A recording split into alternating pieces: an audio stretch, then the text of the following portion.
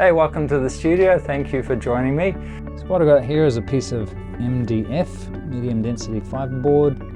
It's about 2.5 mils, 3 mils thick, and it's already got one coat of acrylic undercoat, which is just standard, house painting acrylic undercoat.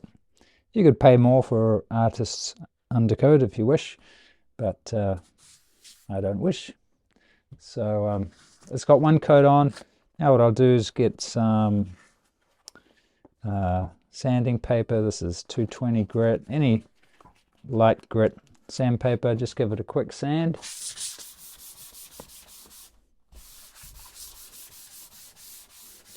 You're basically just trying to get the lumps off, any lumps. Then you want to get all the dust off that. Now I've got my undercoat in this little jar here.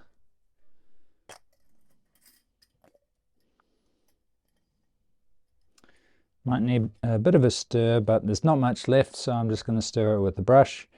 And normally when I have this in a big can, I'll be using a larger, like a house painting brush like this. Now because of the thickness of this, you actually end up with a smoother finish. So the bigger brush that you can use, the better, and the more width it has, and also the finer the hair, the better as well. But I need to use a slightly smaller one so I can fit it in there today. And this is a synthetic fine bristle, nice brush, and I'm just going to give it a stir. Now if you're getting to the end of the can, you'll often find that the paint thickens up because it's dried a little bit, because there's lots of air inside that jar.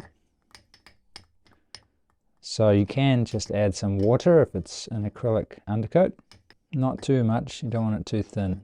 Like about, depends how thick it is, but I would say 10% water would be enough to thin most paint down.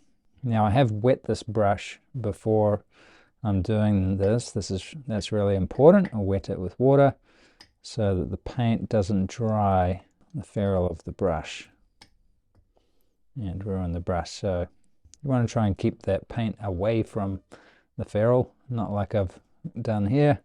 Using a stirring stick would be better, but I'm kind of in a hurry.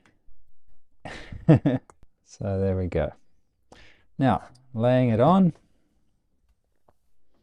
just start in one corner and what you're trying to do is have an even coverage of paint, right? So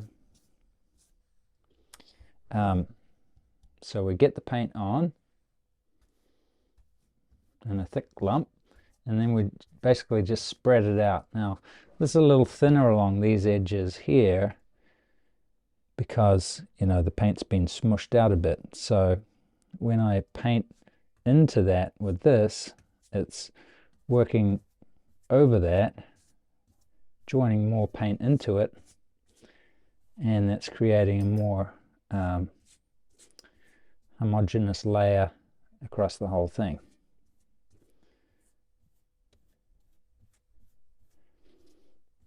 So I just work in little squares or rectangles across the canvas, and just doing this, going one way and then another way, helps to spread that paint into a thickness that's the same, or as close to the same as you can get, all the way across the board.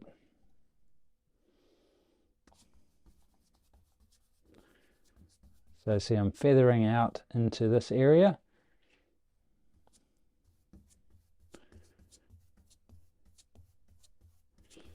And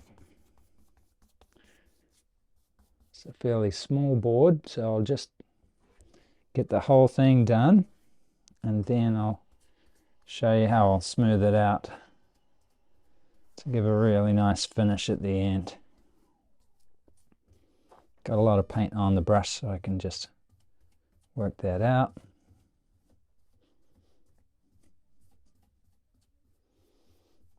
All right, now once that's got a pretty good covering, I'm just going to squeeze the excess off, make sure there's no lumps. I've got a smooth end happening on the brush like that, and I'm just going to drag it across very lightly.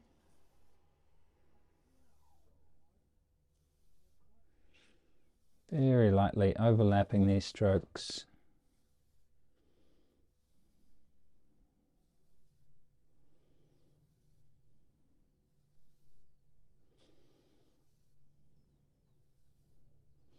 There we go.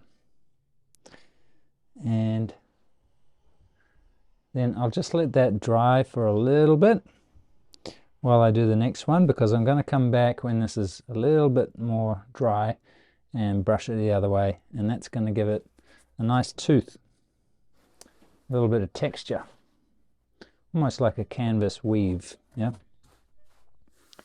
So this one's good to go. So try and keep the paint in that last third of the brush. That way you won't get too many blobs going onto the canvas, onto the board. Remember when I first started working for a sign writer when I was a kid, he got me to do this. This was my first job. It's preparing a panel for some sign writing. And I was like, ah, great, I already know how to do that. This is what I do for my paintings at home. So again, going to get the paint off there, no blobs, nice clean edge. Drag it across very lightly, overlapping strokes.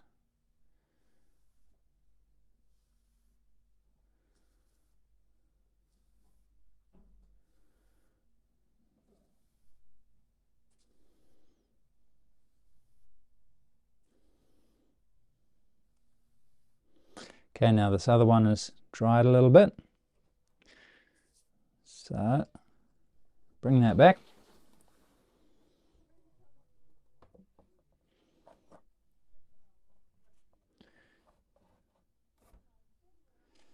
Okay, now I'm just going to drag the other way, perpendicular to those first strokes, very lightly, just ghosting the surface.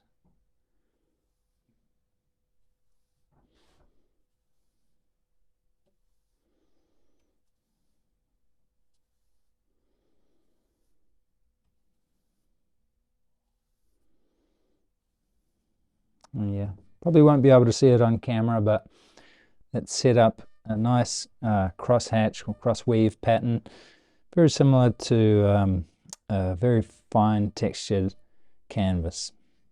So that's 2 coats, and I'll let that dry. I'll let it dry overnight, and then I'll give that another light sand and do exactly the same thing again. That'll be 3 coats, and that'll be ready for painting on. I'll also do the sides and the back as well, just to seal that, because this MDF, the fiberboard, it really soaks up moisture. So you want to seal it as well as you can.